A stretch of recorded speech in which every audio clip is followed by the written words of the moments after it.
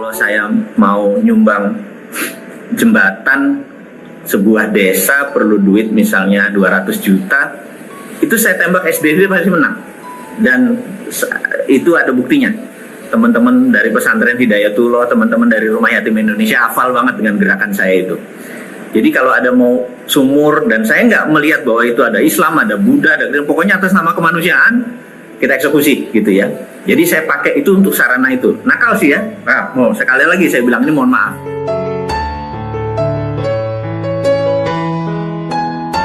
Jadi saya mau menceritakan sedikit, tapi mohon jangan dianggap ini sebagai cerita-cerita yang negatif. Ini hanya cerita-cerita ringan supaya Anda tahu sisi saya dari sisi yang lain. Sisi yang lain itu adalah misalnya kita biasa melihat bulan yang terang, indah. Ini kita ngelihat the other side of the moon. Jadi sisi gelapnya dari bulan gitu ya. Atau kita koin biasa ngelihat koinnya Garuda, atau di twist, atau ada angka 100. Kita ngelihat the other side of flip of coin gitu ya. Ini juga sama, ada sisi seorang Mardigu yang biasanya memprovokasi, membangun kesadaran dengan cara cerdas bernegara. Cara cerdas bernegara itu ada 7, yaitu IPO, Lex Sosbud, Hankam gitu, ideologi, politik, ekonomi, sosial, budaya, pertahanan, dan keamanan. Jadi kita bisa ngomong 7 topik itu, bisa ngomong ekonomi, bisa ngomong tentang politik, bisa ngomong tentang ideologi, bisa ngomong pertahanan dan keamanan. Itu bagian dari cara cerdas bernegara yang kita coba taruh di sosial media. Yang hari ini adalah sisi lain dari seorang Mardigu gitu ya. Sewaktu kecil, matematik itu adalah pelajaran yang paling menakutkan bagi saya. Sampai sering dimarahin sama guru. Saya ingat kelas 3 SD waktu itu. Dan saya sekali lagi bukan dari keluarga berada, jadi pindah dari Madiun, pindah ke Malang, pindah ke Bandung, pindah ke Palembang, pindah ke Balikpapan dan lain sebagainya, kemudian Jakarta dan lain sebagainya. Kita pindah-pindah karena ayah saya hanya pensiunan angkatan udara, pangkatannya pun rendah, hanya kapten. Jadi kemana tugas ya kita ngikut gitu ya. Nah, suatu hari ayah saya berkata bahwa kenapa kamu susah sama matematik? Saya bilang, saya takut angka itu aneh sekali. Terus ayah saya berkata, angka itu cuma dari 0, 1, 2, 3, 4, 5, 6 sampai 9. Cuma ada 10 varian. Setelah itu balik ke 11, balik ke 12. Angkanya diputar-putar itu aja. Itu adalah benda yang paling sederhana di dunia. Kalau huruf Latin itu ada A, B, C, D, E, F, G gitu ya. Ada 26 varian. Kalau huruf hijaiyah dari Arab yang kita bilang alif, ba, ta, sa itu kan ada 29. Variannya lebih banyak lagi. Sementara matematik tuh angka itu hanya 10 varian. 0, 1, 2, 3, 4, 5, 6, 7, 8, 9. Habis mengulang lagi. Entah bagaimana kata-kata itu menyentak kepala saya demikian. Oh iya ya, cuman 10 variabelnya, cuman 10 elemennya gitu ya, dan sisanya dikombinasi-kombinasi itu. Entah bagaimana sejak saat itu matematik menjadi mudah buat saya. Jadi cuman sebuah kalimat dari almarhum ayah saya sampai sekarang saya ingat adalah matematik menjadi sederhana gitu ya. Bahkan kalau kita melihat main gaple gitu ya, dengan 28 kartu dibagi 4, masing-masing 7, itu mendadak begitu orang buang 2 kartu, saya udah tahu 5 kartu di sana, 5 kartu di apa. Sehingga kalau main gaple jangan boleh lawan saya gitu ya.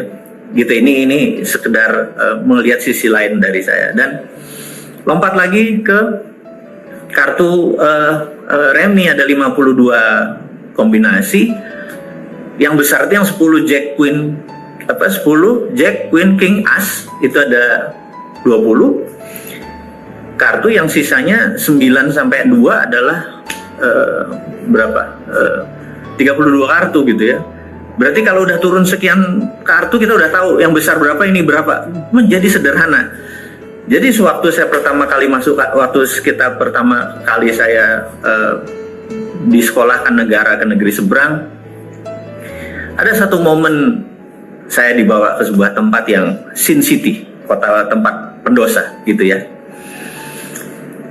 Dan di situ ada table untuk roulette, blackjack, bakarat dan lain sebagainya gitu ya. Saya cuma melihat Kemudian saya tertarik sama 21 atau blackjack. Karena mendadak begitu saya lihat, kok gampang banget dihitungnya gitu ya. Itu versi saya waktu itu, sehingga teman saya yang mengajari saya di sana, waktu itu saya belum 21 tahun, jadi sebenarnya saya nggak boleh main. Jadi saya iseng-iseng saya main. Haram saya tahu, saya mohon maaf pada teman-teman. Sekali lagi saya cuma melihatkan di other side of the moon ya, sisinya seorang bosman ini. Kemudian saya main, kok menang gitu. Sehingga saya tahu bahwa, oh gini toh kalkulasinya gitu ya. Sehingga saya mempelajari lama, saya di kota yang namanya Las Vegas tadi selama 3 hari. Dan asal saya liburan selalu ke Reno, ke wilayah Nevada yang boleh ada gamblingnya. Ini sekali lagi saya mohon maaf, saya harus menceritakan ini supaya nanti mengerti apa yang mau kita ceritakan pelajaran berikutnya. Sehingga saya kadang-kadang kalau ke sebuah kasino saya pelajari, rupanya kalau di depan kasino itu banyak sekali meja jackpot gitu ya. Jadi orang taruh quarter, cekling gitu. Dan ternyata chance menangnya tuh 70-80% gitu. Tapi begitu dia masuk ke dalam, orang itu perlu kalah. Berarti saya bilang, waduh, saya ngerti nih. Jadi rupanya gambling itu bukannya 50-50 chance-nya, tapi bisa di-set gitu ya. Bisa di-set tuh begini, ada yang di-set di depan, ada yang menang besar di belakang, dan lain sebagainya. Oh, ini semua setup. Jadi tidak ada ujuk-ujuk, tidak ada kebetulan kayak dulu waktu kita main gambaran, main kita lempar dengan chance bener-bener tebak-tebakan gitu. Jadi calculated nih sebenarnya, itu ya, itu yang saya bilang. Nah, kembali ke tanah air tahun 91, setelah 6 tahun belajar di sana, saya cuma mengingat gitu ya, mengingat pengalaman aja. Kemudian ada waktu itu momen yang namanya judi SDSB gitu ya. Saya nggak tahu judi SDSB itu apa, saya cuma tahu kalau pasang 4 nomor bayar 400 kali, kalau bayar menang 3 dari pasang 3 dapat 250 kali kalau nggak salah, kalau pasang kena 2 nomor bayar 60 kali. Saya lihat, terus saya tanya gitu ya, sejarah-sejarah yang lalu saya hitung sembarangan gitu. Lalu keluarlah beberapa probabilitas. Contohnya gini, ini sekali lagi saya mau menceritakan bagaimana cara saya berpikir. Jadi Anda ada yang sebel, waduh kok Mardigu ternyata pemain judi gitu ya. Saya nggak pernah berjudi. Cuman kalau saya bermain di dunia begitu saya nggak pernah kalah gitu aja. Nah, yang saya mau bantu adalah menceritakan adalah begini.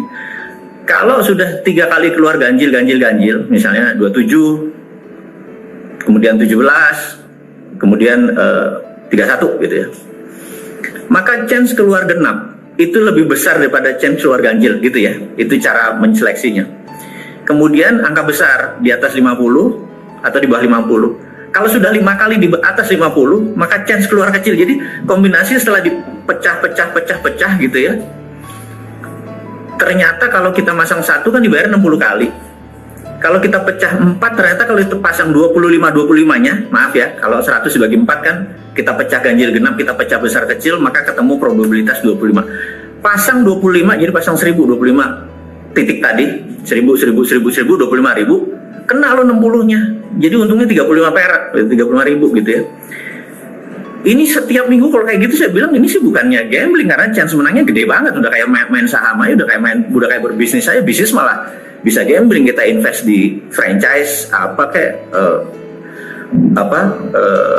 sesuatu belum tentu tempatnya laku, malah ini chance-nya lebih besar itu waktu itu. Tapi saya tidak tertarik untuk main begituan. Nah, suatu hari ada sahabat saya namanya Herman Hastok. Dia memberikan saya sebuah buku, satu sionya Chinese, astrologi, dan primbonnya Jawa gitu. Itu pertama kali dalam hidup saya membuka 2 buku tadi, dan sahabat semua tahu bahwa saya penggila buku. Saya 1 bulan minimum 2 buku, tapi buku saya nggak populer, buku geopolitik, geostrategi, bukan buku ekonomi populer gitu ya. Selama 3 minggu ini aja saya sudah membaca 8 buku, pala saya udah pengen meledak aja karena nggak jalan dengan sistem pemerintah Indonesia tuh bawaannya gitu. Ini pemerintah Indonesia nggak pernah baca buku apa gitu ya bawaannya. Oke, balik lagi. Buku Sio tadi dan buku tadi saya baca gitu ya. Di mana, di Primbon. Kemudian saya bilang, astrologi ini ternyata ilmu ilmu pasti, ilmu sains gitu ya, ilmu sains karena matematik sekali gitu.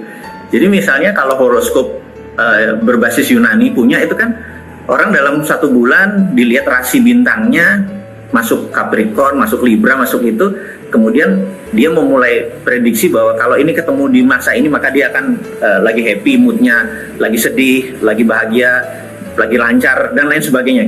Chemistry aja. Nah, formasi Sio itu di dalam setahun dengan formasi ya, entah itu monyet karena bentuk formasi tata surya dan lain sebagainya, dan ada 12, dan begitu ke 13 ternyata balik lagi formasi 1. Ternyata semesta ini kan round, muter ya. Jadi kita lihat gerakan itu muter. Jadi balik lagi ya. Horoskop yang 12 balik lagi, Sio yang 12 balik lagi gitu dan lain sebagainya. Nah, ini adalah latar belakang lahirnya apa yang kita mau ceritakan setelah ini gitu ya. Jadi saya sangat tertarik sama ilmu pasti, sains. Jadi bisnis adalah sains, psikologi bagi saya adalah ilmu pasti karena abis ini pasti begini gitu ya kira-kira. Nah, teman-teman, jadi dengan pengalaman saya tadi di dunia gelap, akhirnya kita bisa membuat pelajaran yang baru bahwa kalau saya mau nyumbang jembatan sebuah desa perlu duit misalnya 200 juta, itu saya tembak SDB pasti menang. Dan itu ada buktinya. Teman-teman dari pesantren Hidayatullah, teman-teman dari Rumah Yatim Indonesia hafal banget dengan gerakan saya itu. Jadi kalau ada mau sumur, dan saya nggak melihat bahwa itu ada Islam, ada Buddha, ada pokoknya atas nama kemanusiaan kita eksekusi gitu ya. Jadi saya pakai itu untuk sarana itu. Nakal sih ya. Sekali lagi saya bilang ini mohon maaf. Sahabat saya akhirnya meneruskan rumus tadi, namanya Herman Hastok. Jadi begitu di Indonesia dilarang tadi judi togel atau SDSB tadi udah dilarang, teman saya menggunakan strategi ini untuk Toto Singapura. Jadi setiap hari Kamis nama dia keluar Herman Hastok. Sampai saat ini tajirnya minta ampun tuh orang, karena chance menangnya dia adalah 99% gitu. Jadi setiap minggu dia bawa pulang uang dari Singapura ke Indonesia sampai sekarang. Dan dia masih kontak dengan saya dan saya tidak pernah bermain lagi. Memang saya bukan pemain begituan. Tetapi yang saya mau menceritakan adalah bagi saya matematik itu sangat simpel, bagi saya ilmu analitik itu sangat menarik gitu ya. Ini kita selesai dulu di situ. Kalau ada yang mau main capsa, cauti, mau main hal-hal itu kita mainnya jumpa darat. Lagi kayak gini kan kita di rumah ya main 41 kayak main remi dan lain sebagainya ya, kita main itu adalah bentuk dan tidak ada taruhannya, paling kalau kalah push up gitu ya, membuat cheer up suasana aja. Oke.